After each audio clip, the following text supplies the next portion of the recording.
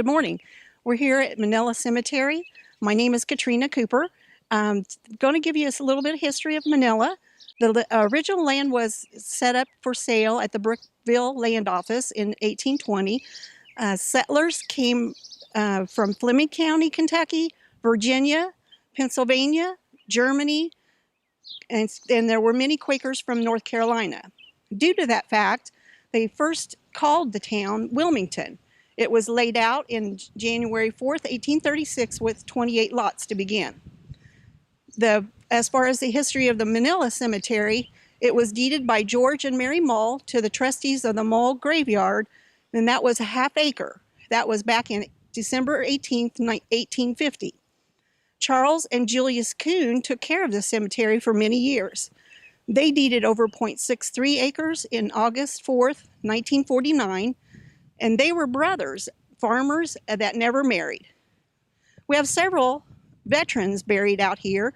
As far as the Civil War, Stephen Huth, and he was born in France.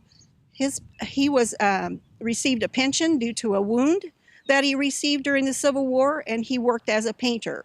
He was part of Company I, the Kentucky 15th Infantry. For World War I, there is Private Cyrus Pattison. He joined the Navy, and then he became discharged in 1912. He stayed home around this area for about 1 year, but then ended up going to New York and worked in the ironworks. In 1917, he joined the Army again. He was one of the first soldiers to go over to France. During the time that he was in France, he won a medal and awards because he ran 400 yards to go save a comrade out in the open daylight. That same day, he found a company that had suffered many wounds and casualties, and he brought them to safety. Not just a few days later, though, he was killed in the Argonne Forest.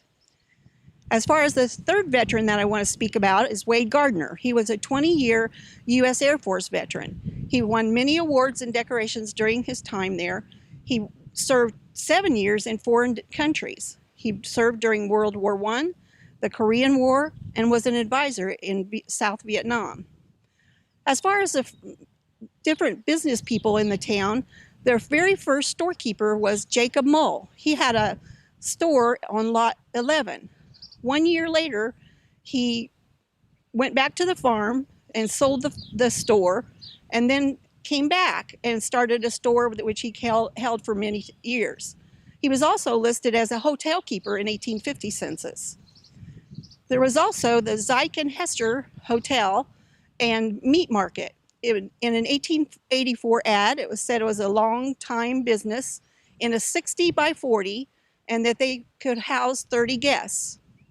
After Mr. Zike died, Adeline Hester Zike ran the Center Hotel, and she was known for having it feel home-like.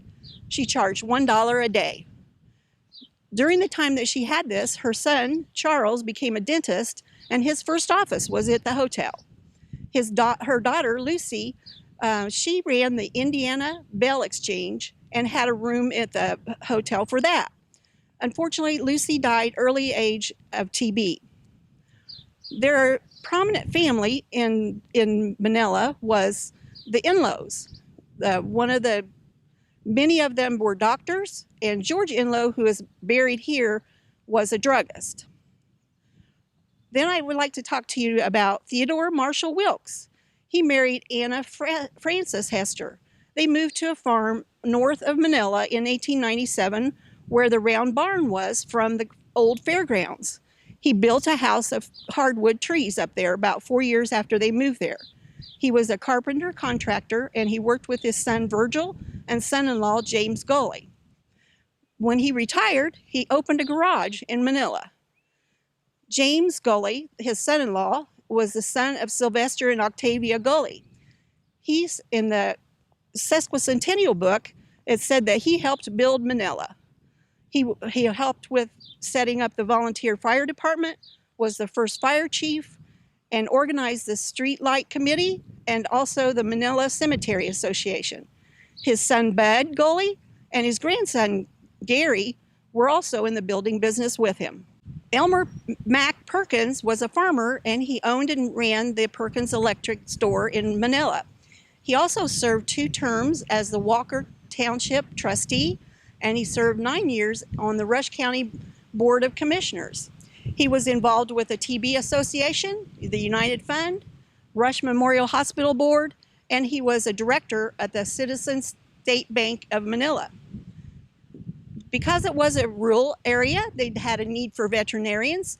Dr. H. Ross Brown graduated from IU Veterinary School in 1930, and that same year set up practice in Manila. His son, Earl F. Brown, went to the School of Veterinary Medicine at Ohio State University and joined the practice in 1938. He was called to the Army in active duty. He went in as a first lieutenant and left as a major.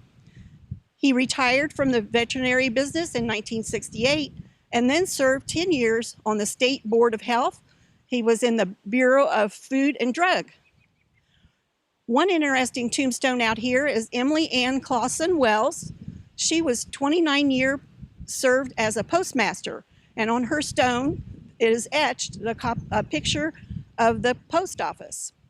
As far as the schools in Manila, the first public schools were started 1854 to 1855.